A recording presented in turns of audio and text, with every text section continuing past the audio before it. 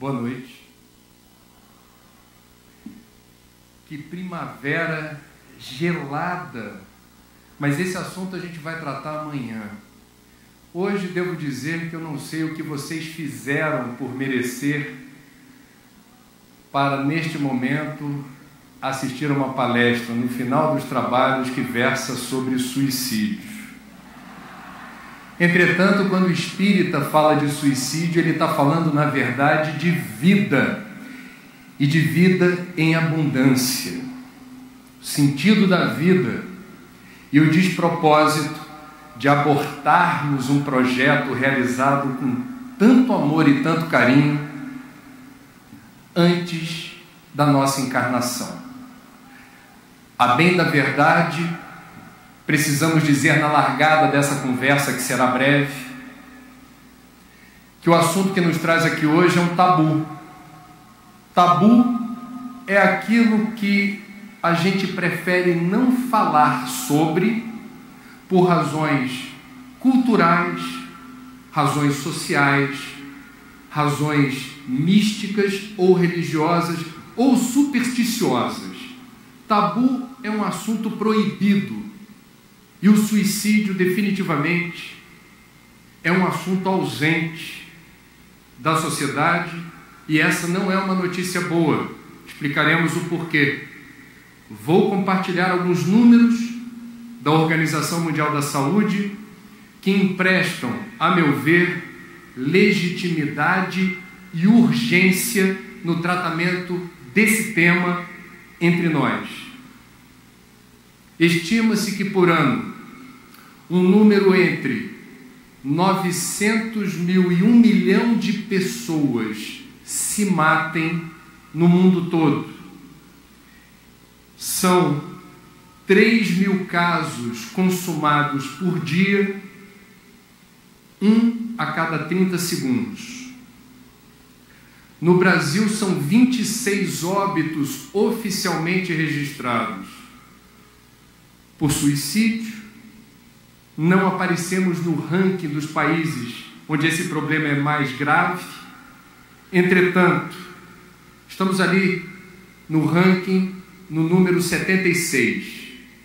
Entretanto, estados como Rio Grande do Sul e cidades como Porto Alegre ostentam indicadores de mortalidade por suicídio que se equivalem a países onde esse problema é considerado de saúde pública.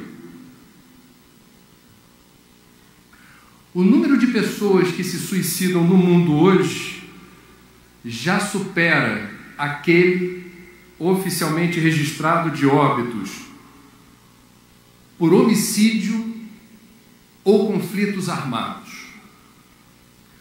Para cada pessoa que consegue se suicidar, um grupo estimado entre 10 e 20 tentam se matar sem sucesso. Uma tentativa a cada 3 segundos. Registrou-se nas últimas 5 décadas um aumento de 60% nos casos de suicídio, especialmente em países em desenvolvimento, como China, Índia e Brasil. Embora na literatura verifique-se que a maior incidência de autoextermínio ocorra no segmento com idade mais avançada, registra-se com preocupação o aumento do número de casos entre mais jovens. No Brasil, por exemplo, a curva de incidência alcança seu pico na idade de 21 anos. Para cada caso consumado de suicídio, um grupo estimado de 5 a 6 pessoas próximas do suicida experimentam uma dor lancinante, que não raro se transforma em trauma. São pessoas que não podem mais trabalhar com o mesmo índice de produtividade, eventualmente precisam de licença médica ou de apoio terapêutico para recuperar a coragem de viver e seguir em frente sem aquele que partiu. Portanto, se nós temos aproximadamente 1 bilhão de casos registrados por ano, nós temos um número grande de pessoas que sofrem muito por conta de um trauma difícil de resolver rápido e, via de regra, só se consegue sair desse estado psicológico com ajuda, com apoio terapêutico. Por fim, a expectativa da OMS é que o número de suicídios no mundo dobre até o ano de 2030.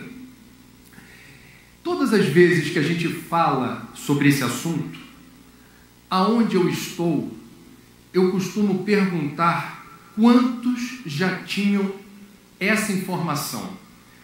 Eu não sou instituto de pesquisa, mas eu queria aqui pedir a gentileza de que vocês, que já sabiam de tudo isso que eu falei em números, quem já tinha essa informação, por gentileza, levanta o braço. Como a gente está podendo ver aqui, trata-se de uma minoria absoluta. Se é assim que acontece, é porque o suicídio é tabu.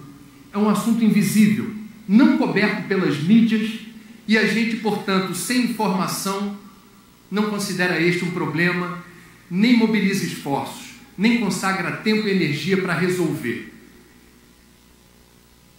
É curioso que na área da saúde pública se entende que o suicídio é digno, é um assunto que demanda informação para haver prevenção. Por isso estou aqui. Sou jornalista, no meu meio trabalho, e não é fácil, para quebrar esse tabu e esse estigma, e há muito trabalho pela frente para tentar quebrar essa muralha. Quando a gente se pergunta por que esse assunto é invisível, a primeira resposta é: dependendo da forma como se fala de suicídio, isso pode soar como uma sugestão em quem esteja vivenciando um momento difícil emocional ou existencialmente. A primeira evidência disso ocorreu no século XVIII, por conta da primeira obra de sucesso do romancista alemão Goethe, Os Sofrimentos do Jovem Werther.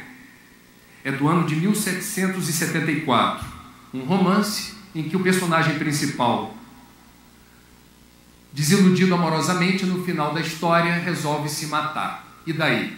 E daí que no final de um determinado período, após a divulgação dessa obra que teve muito sucesso na Europa, se verificou que muitos jovens na Europa, no auge do romantismo, desiludidos amorosamente, escolhiam o mesmo método descrito por Goethe para se matar. Portanto, verificou-se o fenômeno do mimetismo.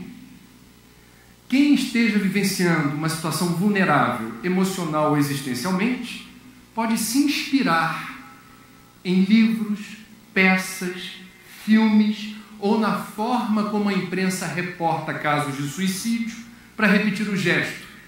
Quando Marilyn Monroe desencarnou nos Estados Unidos, naquela época atribuiu-se a ingestão de barbitúricos, pareceu intencional.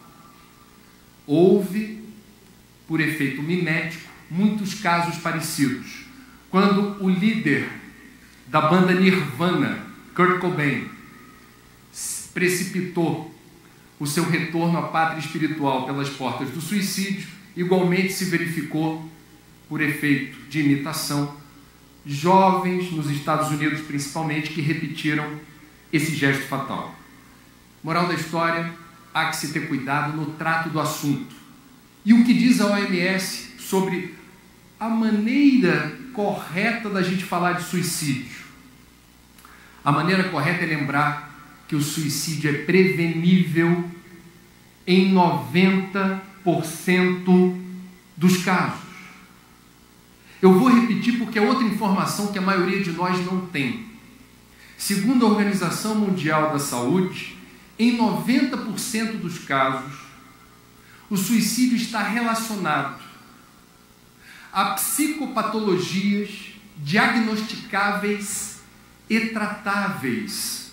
sem que a gente se dê conta, portanto, de que não há uma fatalidade quando alguém menciona eu vou me matar, ou quando alguém pensa que a saída para os problemas que enfrenta é se matar e não há o que fazer, não há como interferir. Há um determinismo. A pessoa já reencarnou pensando nisso, não há o que fazer. Em 90% dos casos, há o que fazer. O jornalista não sabe nada, mas a gente procura ter fonte. Eu tenho em minhas mãos um relatório do Ministério da Saúde que reporta o estudo que mostra por que é possível afirmar que de cada 10 casos de suicídio consumados, 9 são evitáveis. Pesquisou-se 15.629 atestados de óbito de suicídio e foram rastreados os históricos dessas mais de 15 mil pessoas que se mataram. Lá se verificou a predominância, em 35% dos casos,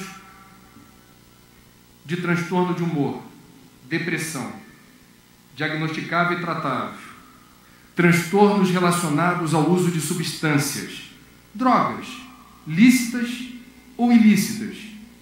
Foi o segundo indicador mais importante. Esquizofrenia, transtorno de personalidade, transtornos psicóticos, transtornos de ansiedade. Em 90% dos casos há o que fazer. É preciso agir. Na área da saúde se entende que tão importante quanto falar como eu posso me prevenir da hanseníase, da dengue, da esquistossomose, da diarreia, da AIDS, doenças sexualmente transmissíveis, com informação. Em relação ao suicídio, meus amigos, se dá o mesmo, mas não há prevenção ao suicídio sem informação. E aonde há tabu, não há espaço para prevenção. Essa é a equação.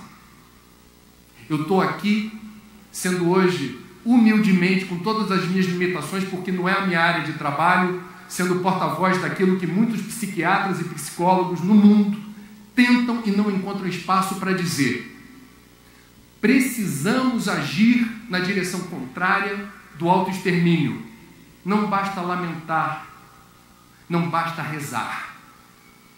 É preciso agir. Nós temos hoje no mundo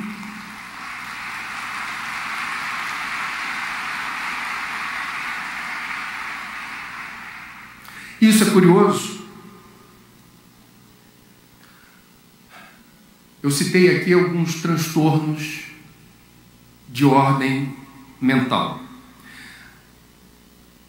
Quem estuda hoje esse ramo chama-se, e eu acho o nome muito bonito, suicidólogo. Eu não sou suicidólogo, mas eu descobri que os psiquiatras que enveredam o seu trabalho na linha de investigação e pesquisa para tentar explicar esses números, por que tem tanta gente se matando? É suicidólogo. E o suicidólogo hoje mais não sabe do que sabe. Ele investiga a razão pela qual tanta gente no mundo está decidindo abandonar o barco. Mas entre as poucas coisas que a suicidologia hoje descobriu como fato científico, demonstrável, é que não há apenas uma causa determinante para o suicídio acontecer. Vamos dar um exemplo. Uma determinada pessoa, lembrando o que houve com Werther, desiludida amorosamente, descobre-se traída, resolve se matar. Meus amigos, vamos colocar aqui o absurdo estatístico que seria se toda pessoa que se descobre traída resolve se matar. Do ponto de vista epidemiológico, isso não é crível. Agora, se uma pessoa que se descobre traída, e essa é a lógica do suicidólogo, não teve no período da infância colo, atenção, afeto, carinho, intimidade com os pais ou responsáveis, pai e mãe que trabalha fora, não tem tempo para os filhos, compreende-se, Mas tempo não se mede pelo Deus Cronos do relógio. Você pode ter apenas 10 ou 15 minutos por dia.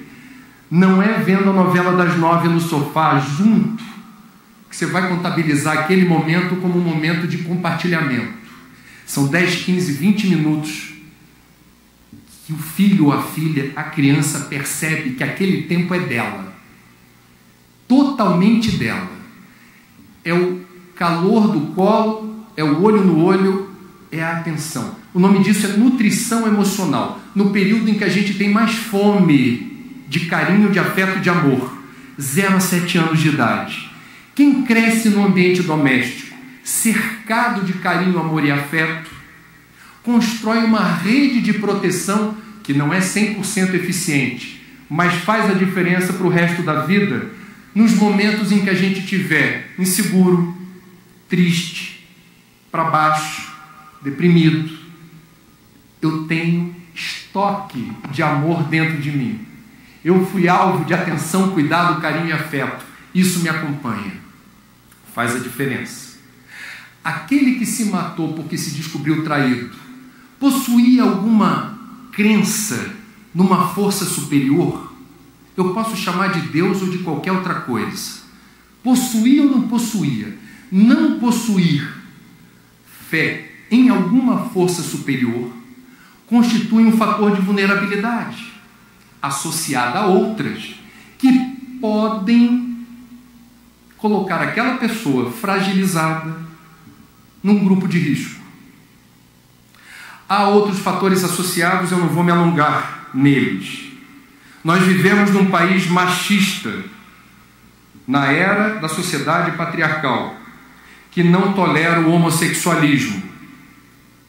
Relações homoafetivas são alvo de preconceito dentro de casa, na escola, na universidade, no trabalho, na rua. Uma pessoa que não tem propriamente identificação no universo das intimidades com o sexo oposto se sente excluída. E ela pode, dependendo da combinação de fatores, pertencer a um grupo de risco. Esse mundo eu não quero viver. Esse mundo me é hostil. Eu não sou aceito nem dentro de casa. Eu sou estigmatizado por ser quem eu sou. É um fator de risco.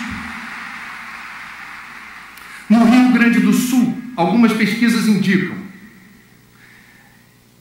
pequenos produtores rurais que manipulam de forma inadequada agrotóxico sofrem os efeitos colaterais das toxinas que abalam o sistema nervoso, determinando estados de depressão profunda. É um fator de risco. Manipulação inadequada de produtos químicos com efeitos colaterais graves. Comunidades indígenas. Nós temos no Brasil novas gerações de índios que não são reconhecidos pelos mais velhos da sua comunidade como índio, porque já está aculturado, e não é reconhecido como branco pelo branco. Ele não sabe qual é a tribo dele. Ele não se sente acolhido em lugar nenhum. Os Guaranis Caiovás, lá na região do Mato Grosso, têm um dos maiores indicadores de suicídio do mundo. E uma das razões pelas quais isso acontece é que eles não sentem, não há sensação de pertencimento. Eles estão desconectados de tudo. E isso é grave. Depressão, principal fator de risco para o suicídio. Estima-se que um grupo entre 8 a 12% da população sejam portadores de transtorno de humor. Se você ficar no meio do caminho nos 10%, no Brasil são 20 milhões de depressivos. No mundo são 700 milhões de depressivos.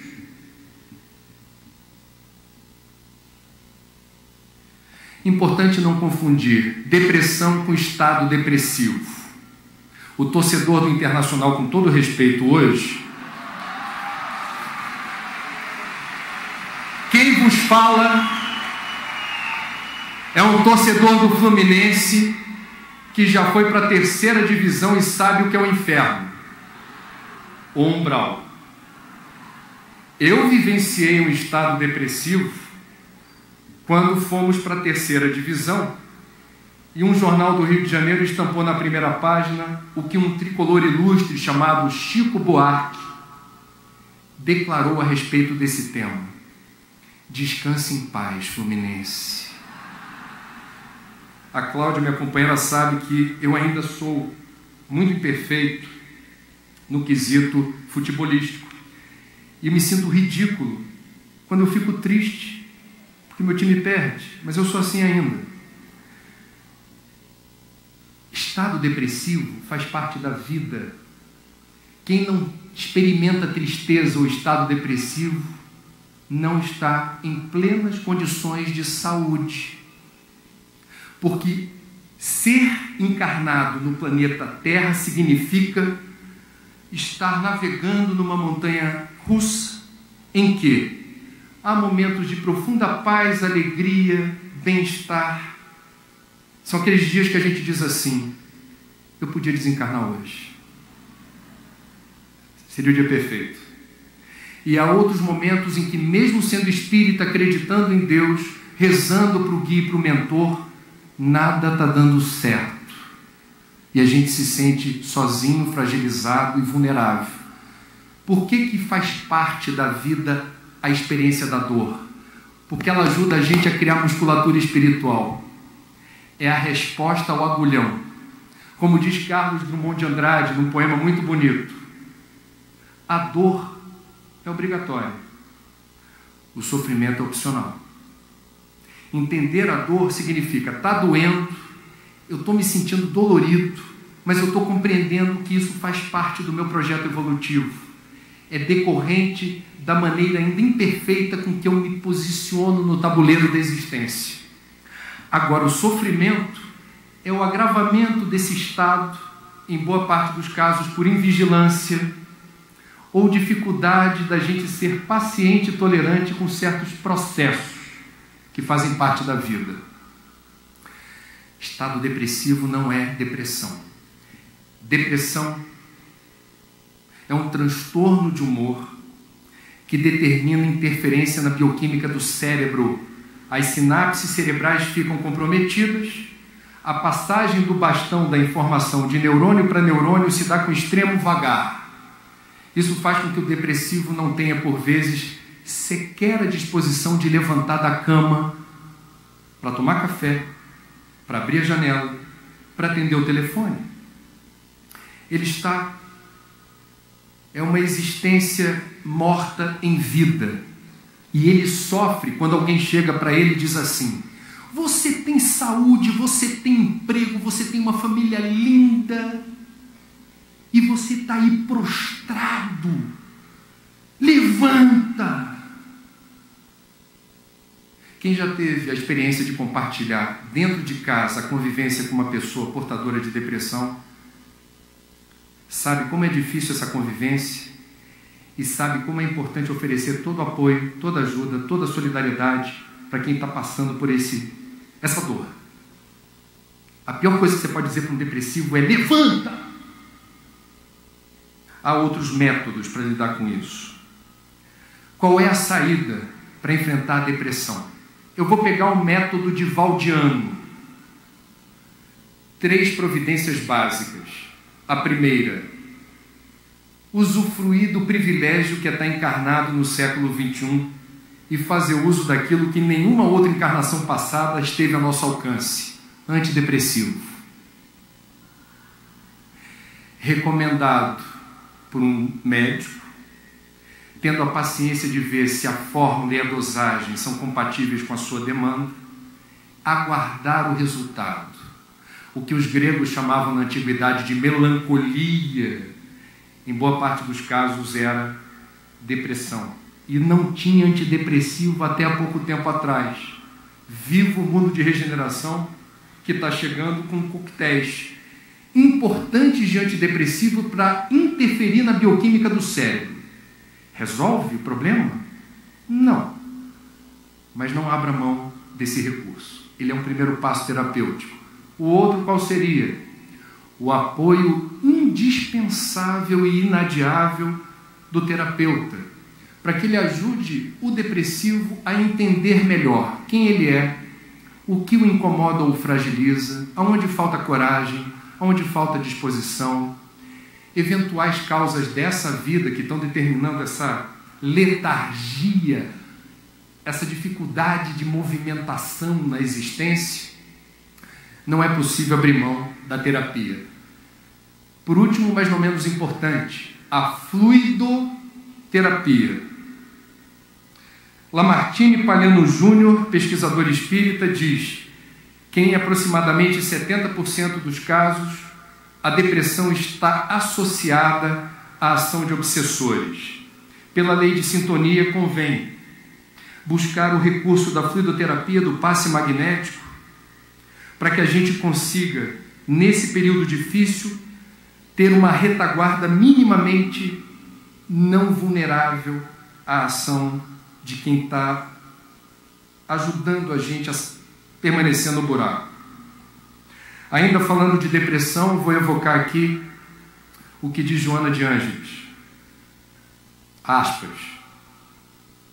A depressão tem a sua gênese no espírito, que reencarna com alta dose de culpa, quando renteando no processo da evolução, sob fatores negativos que lhe assinalam a marcha e de não se resolver por liberar-se em definitivo.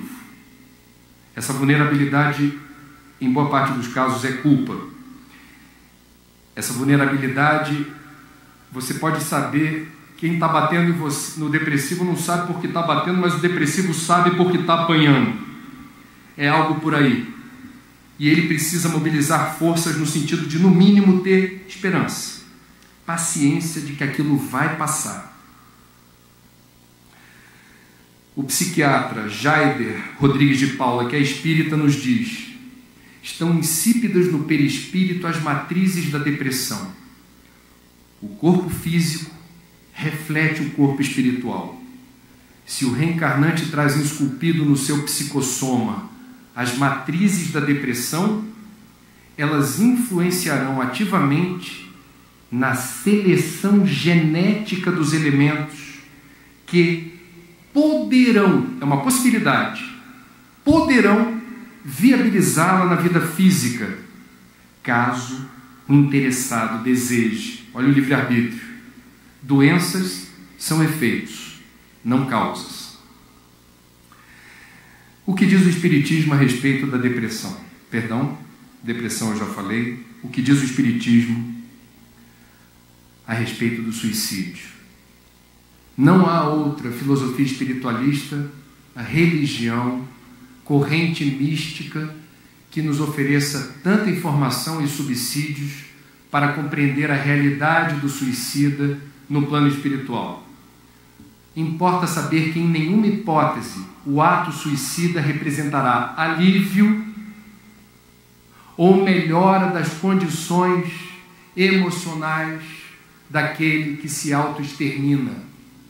Entretanto, o destino espiritual do suicida não é igual para todos. Há que se reconhecer gradações de experiências pós-mortem do corpo do suicida. Exemplo: aquele acometido de esquizofrenia, profundamente perturbado por não conseguir distinguir com clareza o que é realidade e o que não é, e eventualmente alvo de forças ocultas que estimulam o aborto do projeto existencial. Este, quando se mata, não pode, não deve ter o mesmo destino daquele outro que age friamente, sem nenhuma psicopatologia de ordem mental e que desiste da vida por capricho. Não tenho mais vontade de viver. Para o planeta que eu quero descer. Chega, fim, basta. Um ato frio, calculista. Esse que gozava de plenas condições físicas e mentais de seguir por todo o transcurso da existência carnal, quando abandona a existência, ele terá que entender pedagogicamente, através da dor, o equívoco desse gesto. Outra questão importante. Perde-se tempo, a meu ver, quando a gente diz assim: quem é o suicida? Alguém dirá: é um covarde que abandonou a existência. Outro dirá: é um corajoso, porque a gente tem um instinto de sobrevivência, não é fácil precipitar a própria morte. Permitam-me dizer que essa é uma discussão, eu diria, irrelevante. O que importa é reconhecer que todos os suicidas, quando decidem cometer esse ato imprudente, querem solução. Querem resolver um problema que causa uma profunda angústia existencial. Essa é a leitura que eu faço. E permitam-me dizer, me incomoda muito ver confrades espíritas quando falam do suicida com dedo em riste, chamando colérico o suicida de criminoso. Criminoso. Somos reencarnacionistas. Qual de nós poderá dizer que em uma vida pregressa não recorremos a expediente do autoextermínio para resolver problemas? E, se saímos do buraco em que nos colocamos por conta desse gesto, é porque, em vez de alguém nos apontar o dedo, nos chamando de criminoso, nos estendeu a mão.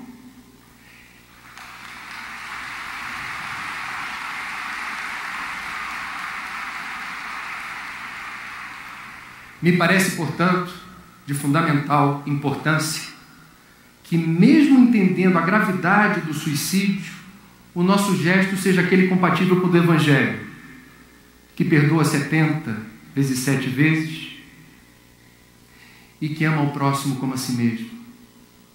Esse é o gesto que se espera na direção do suicida.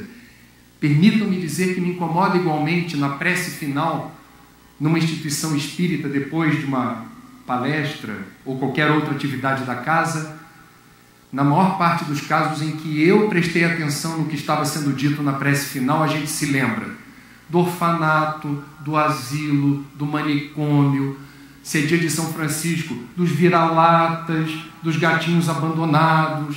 A gente se lembra de todos os desvalidos, os pobres, os miseráveis, os insanos, e não se lembra do suicida. É o tabu que eu estava falando há pouco tempo atrás. O tabu está presente na casa espírita, algumas. O preconceito está presente na casa espírita, algumas. O suicida é irmão em humanidade. Ele errou e precisa de nós para seguir em frente. A gente precisa, portanto, ter esse discernimento ético de não condenar por princípio, perdoar por princípio e estender a mão. Há um livro que eu recomendo, porque traz inúmeras mensagens alusivas ao problema do suicídio, psicografadas por Chico Xavier, em diferentes obras. Suicídio e suas consequências, o suicida no mundo espiritual e ao reencarnar. Fininho e muito... Não tem que dizer isso porque me permito abrir um parêntese. Cada vez menos tempo para estudar a doutrina, né? E tem espírita quando indagado, está lendo alguma coisa? Aí a pessoa apressadamente diz, pum! Aí você pergunta curioso, o quê? Minutos de sabedoria.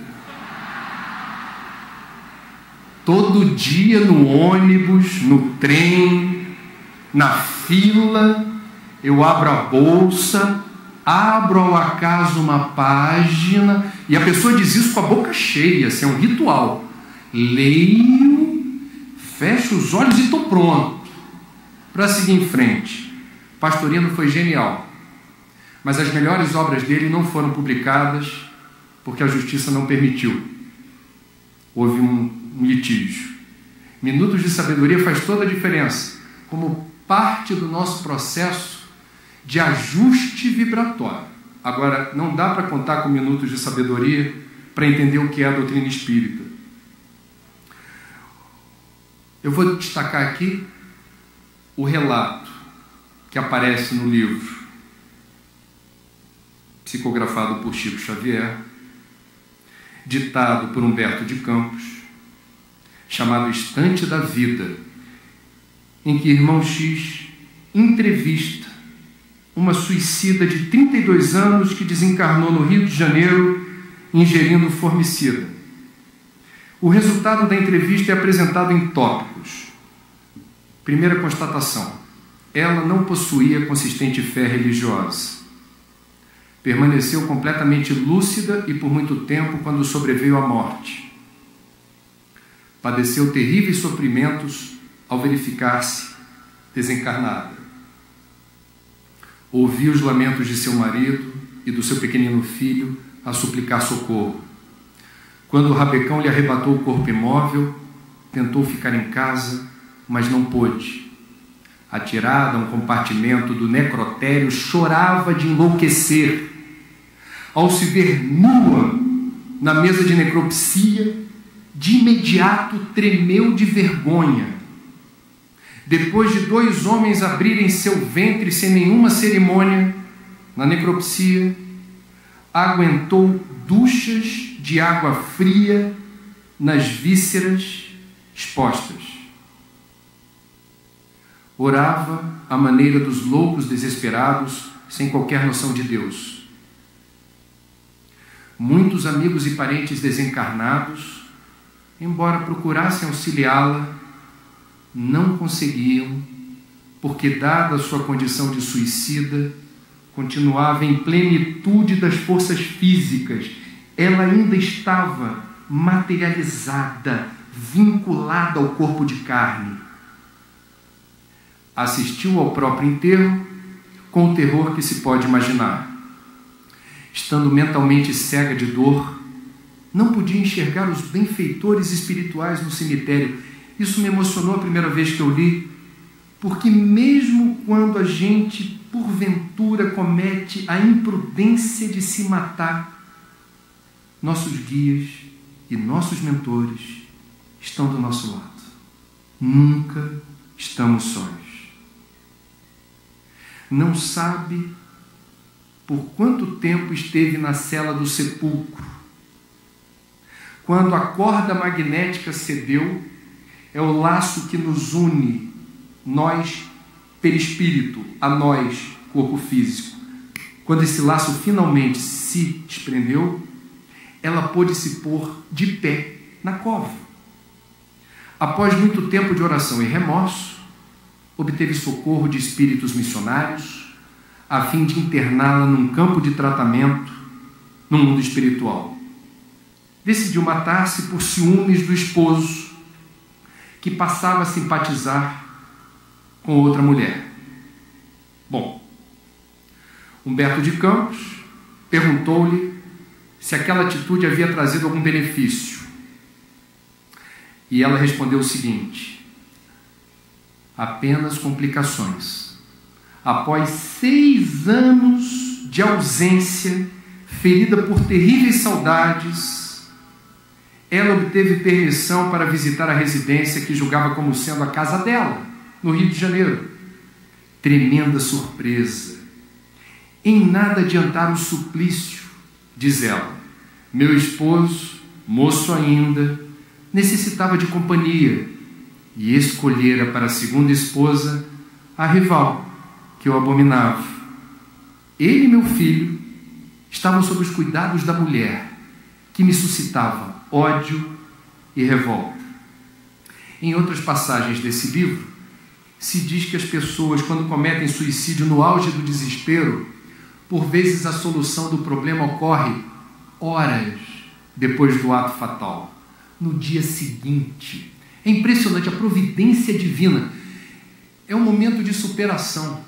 O maior desafio da gente, no auge do desespero, é respirar e lembrar que amanhã é outro dia. Que a gente tem que dar tempo ao tempo para o problema ter o seu decurso.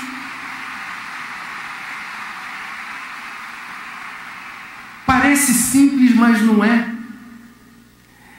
E há aqueles que leem o Evangelho no auge do desespero, esperando uma mensagem direta.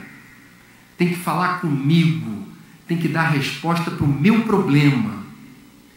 Gente que fica decepcionada quando finalmente, na mediúnica do centro, chegou a mensagem para você.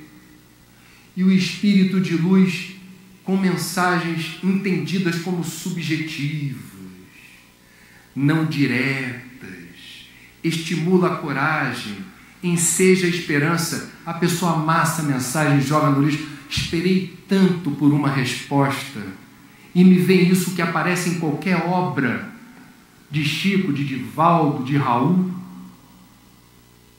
Espírito de luz, por definição, não costuma entrar no varejo das pequenezas que nos afligem no dia a dia. Evolução é mérito. Evolução é um processo pessoal e intransferível.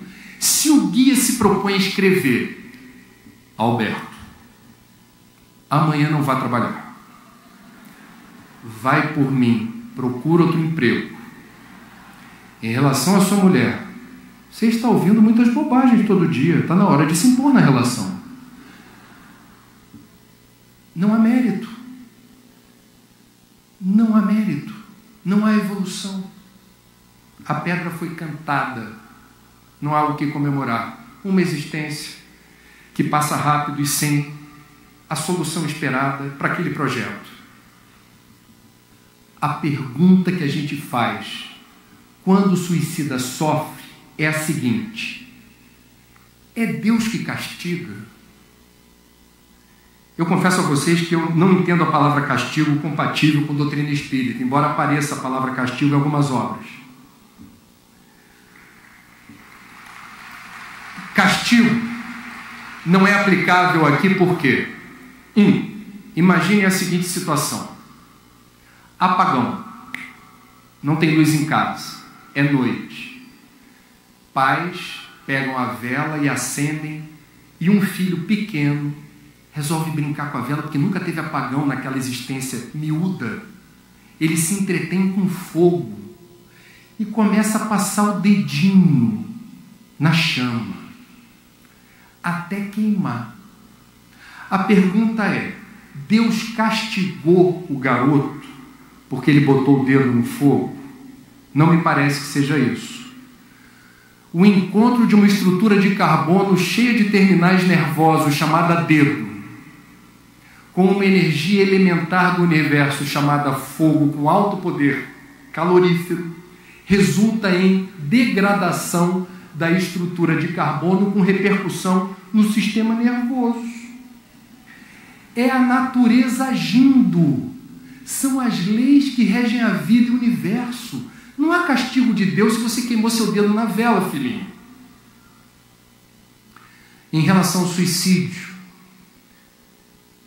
a gente vai encontrar no livro referencial na doutrina, para mim, que é Memórias de um Suicida, de Ivone Pereira, uma explicação muito interessante do que acontece e que determina esse flagelo que ela no livro diz: não há palavras conhecidas em nenhum idioma, em nenhum dicionário, para descrever a aflição do suicida.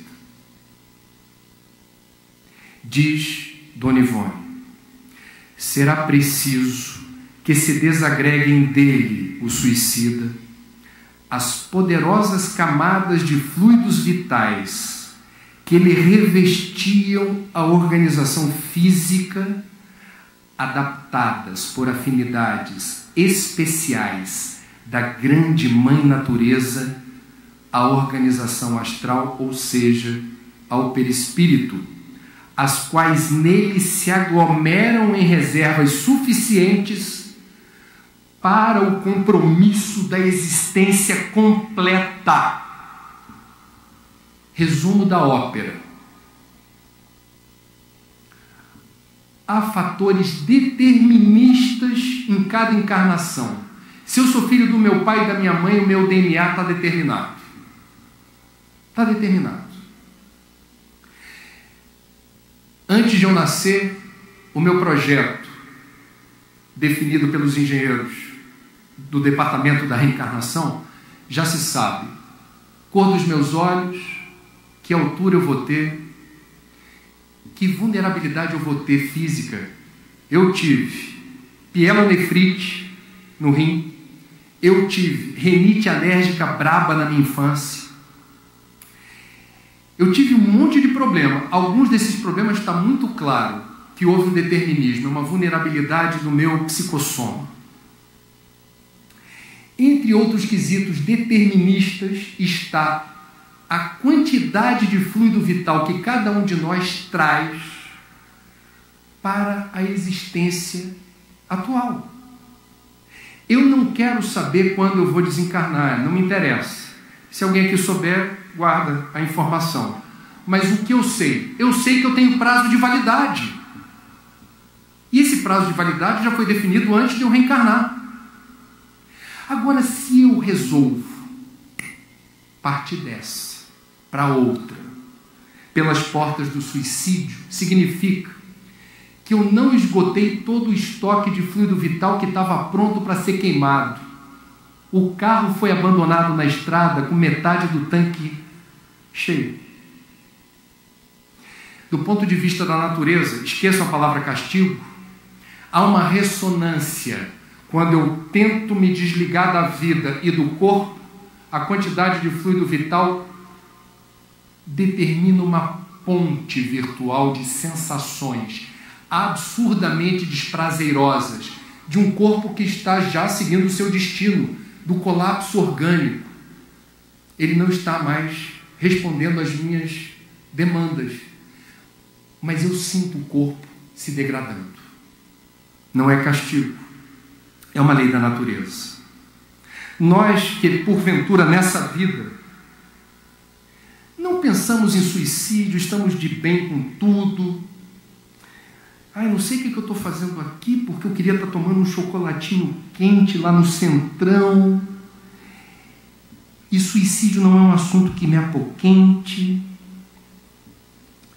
A vocês, a minha homenagem, agora.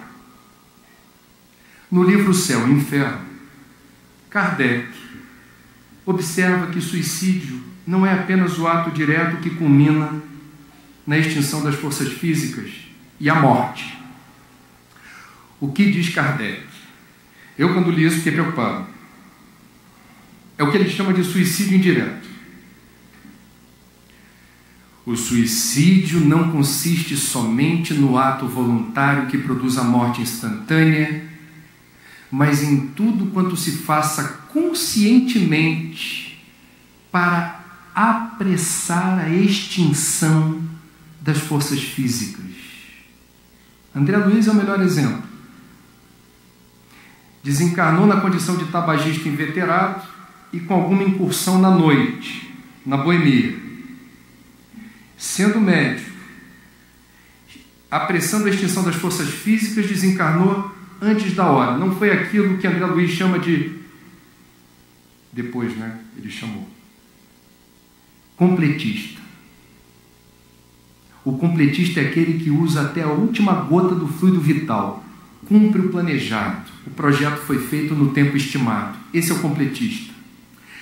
Quando eu falo do completista, quando eu li isso nas obras de André Luiz, eu me lembrei de imediato daquela maratonista que entrou na história das imagens mais emocionantes das Olimpíadas. Ela era uma das últimas a chegar no estádio olímpico para cruzar a linha de chegada. Mas ela entrou no estádio olímpico trôpega, assim.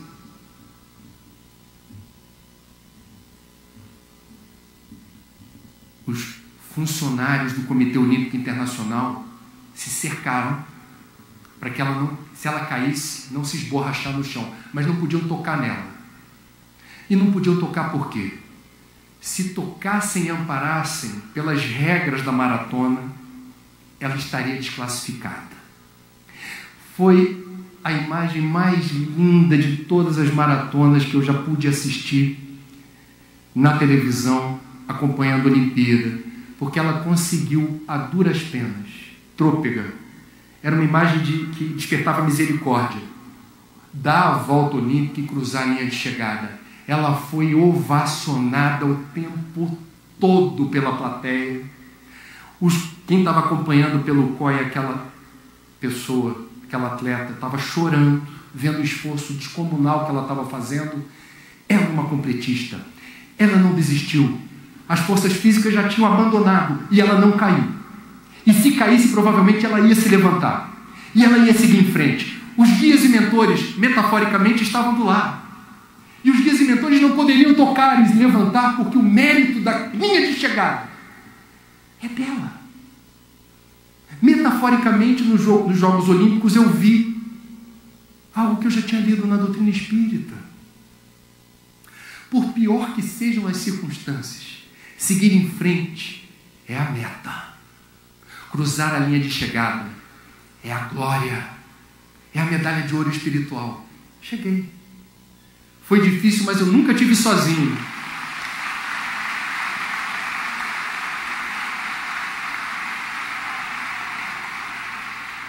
Meus amigos,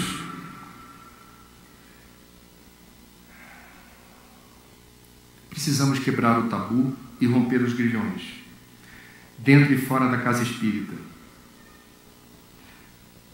Precisamos agir quando vemos alguém em sofrimento. Se você está no ônibus e tem alguém chorando, ou está alguém visivelmente nervoso, ansioso, desesperado, é a imagem do descontrole. Qual é a ética civilizatória da gente? Não vou invadir o espaço aéreo dele.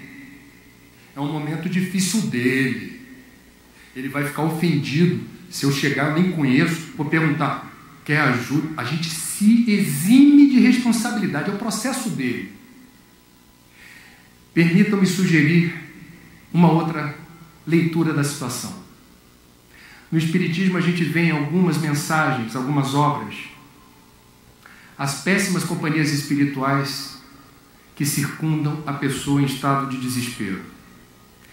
E quando a gente interfere naquele momento apenas perguntando, desculpa, posso ajudar? Desculpa, eu posso fazer algo por você? Há algo que eu possa fazer por você? O susto que a pessoa por vezes leva de um estranho a abordar e a pertinência da abordagem amorosa naquele momento determinam um breve cessar do bombardeio, da avalanche de insinuações e influências. Se mata, a solução é partir agora, não há jeito, não há esperança, quebra-se o ciclo. E os guias e mentores que permitem esse assédio porque é prova de resistência, é o seu livre-arbítrio sendo testado, é um momento de trégua essa abordagem quando a luz encontra campo para se manifestar. Precisamos mudar a nossa conduta.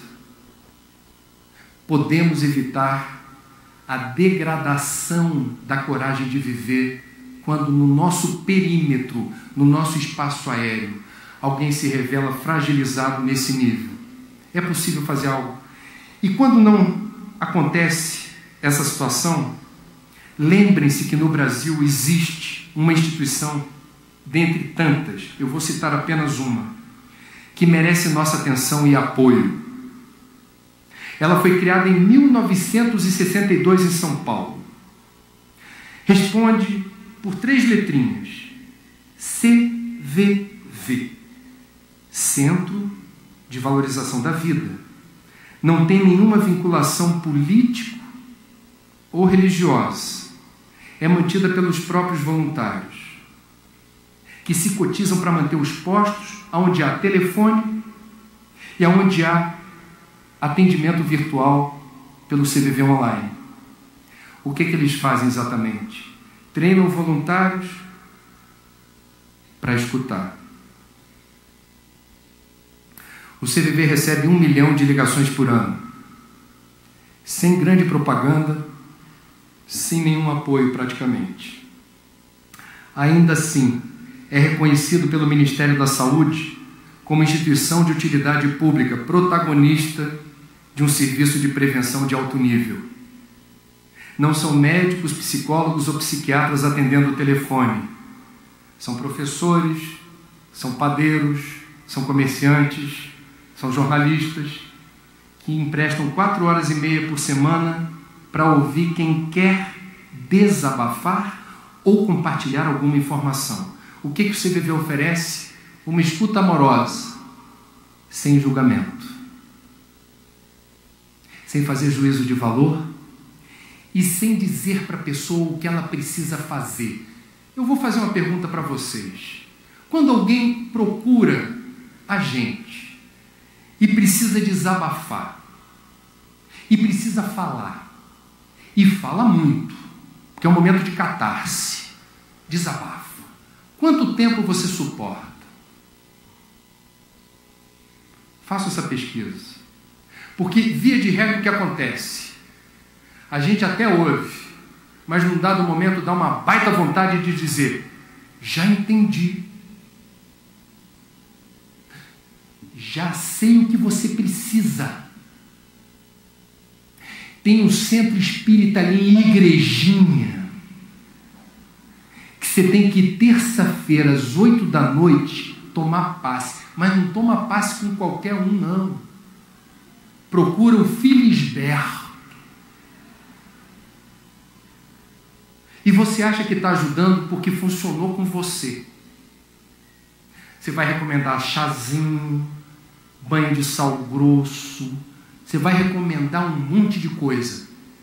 Por vezes, a pessoa se sente ofendida, porque esperava de você escuta atenciosa, sem julgamento. E você quis dar uma receita. O bem é permitir que haja esse espaço da confidência. Não temos tempo para isso. Somos apressados, impacientes. A gente fala do Evangelho, mas não pratica o Evangelho na hora de emprestar o ouvido e fazer escuta atenciosa sem julgamento. Isso é que é difícil.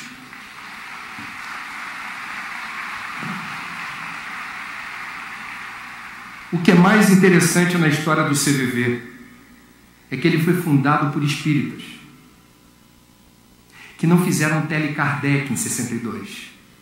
O Tele Kardec tem a sua missão nobre, mas a percepção dos voluntários que criaram o CVV foi: não é momento de ser proselitista. O momento é de acolhimento. É o amor que escuta, sem julgar. Se me ligar um judeu, um muçulmano, um seguidor de uma religião afro-brasileira, um protestante, se me ligar um ateu, um materialista, alguém revoltado com a vida, eu não vou dizer para ler o livro dos Espíritos, o Evangelho, para ir no centro, para tomar passe, para ver no YouTube Divaldo. Não. Eu vou ouvir, sem julgar. Uma das experiências mais emocionantes como jornalista para mim foi, ao fazer um programa sobre o CVV, procurar um dos 4 artistas que doaram para a instituição, as imagens deles e pequenos textos recomendando o trabalho do CVV. Foram eles Tony Ramos, Elba Ramalho, Cássia Kiss e Carlos Veredas. Quando eu fiz o programa sobre o CVV, eu entrevistei a Cássia Kiss, apenas porque ela deu a seguinte declaração e permitiu a publicação: há mais ou menos 20 anos precisei de ajuda especial. Tinha vontade de desaparecer. Coisa normal no mundo de quem não tem compromisso, responsabilidade comunitária. Chamei o CVV, ponto. Estou viva e integrada, ponto. Quando eu fui entrevistar, ela estava grávida, já na idade madura, com um barrigão. Entrevistei no aterro do Flamengo.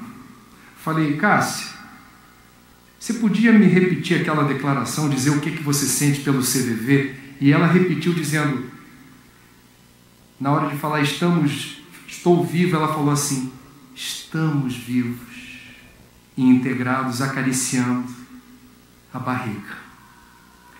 Os plantões do CVV, que costumam ser os mais movimentados em termos de ligação, são aqueles à meia-noite do dia 24 de dezembro ou à meia-noite do dia 31 de dezembro. E pasmem, as ligações não costumam ser de gente que se sente sozinha, abandonada, depressiva. São pessoas que ligam para dizer: certa vez eu liguei para ir, não me lembro quem me atendeu. Eu estou ligando para agradecer porque se hoje eu estou com a minha família, se hoje eu estou celebrando o Natal com os meus amigos, se hoje eu estou celebrando o Ano Novo, é porque alguém me ajudou na hora que eu mais precisava. Esse é o CVV, criado por espíritas para ouvir. Não precisamos ser plantonistas do CVV para aprender a ouvir quem nos procura. Eu, por exemplo, ainda não reúno as condições necessárias para ser um bom ouvinte do CVV. Jornalista é uma raça impaciente, mas eu me penitencio coletivamente, doando meu tempo e minha energia para falar desse trabalho tão bonito. Há voluntários do CVV que procuram o plantão reclamando de enxaqueca, indisposição, não estou bem, e saem energizados, prontos para mais 53 plantões. E há registros em livros espíritas, não é Marcelo Ribeiro, pela psicografia de Divaldo, há um autor espiritual que é jovem, desencarnou já, Luiz Sérgio. Num dos livros de Luiz Sérgio, ele relata o que é um atendimento do CVV no plano espiritual. Do lado de cá, quem está ligando, os guias e mentores dizendo: vai, garoto, liga, vai. E do lado do plantonista, a egrégora do CVV é poderosa, aquela intuição para deixar falar e fazer os comentários devidos para que a catarse tenha lugar. Vivemos num mundo onde prevalece a cultura do individualismo, do egoísmo, do hedonismo, do consumismo, do farinha pouca, meu pirão primeiro, da briga no trânsito porque resvalaram no meu carro, do fura-fila sem nenhum tipo de dor na consciência. Esse é o mundo em que o suicídio é caso de saúde pública. Esse é o mundo que convida a nós espíritas à ação efetiva em favor da vida. Que reconheçamos o nosso papel para reduzir as estatísticas horrorosas que eu tive que compartilhar com vocês. Obrigado pela atenção.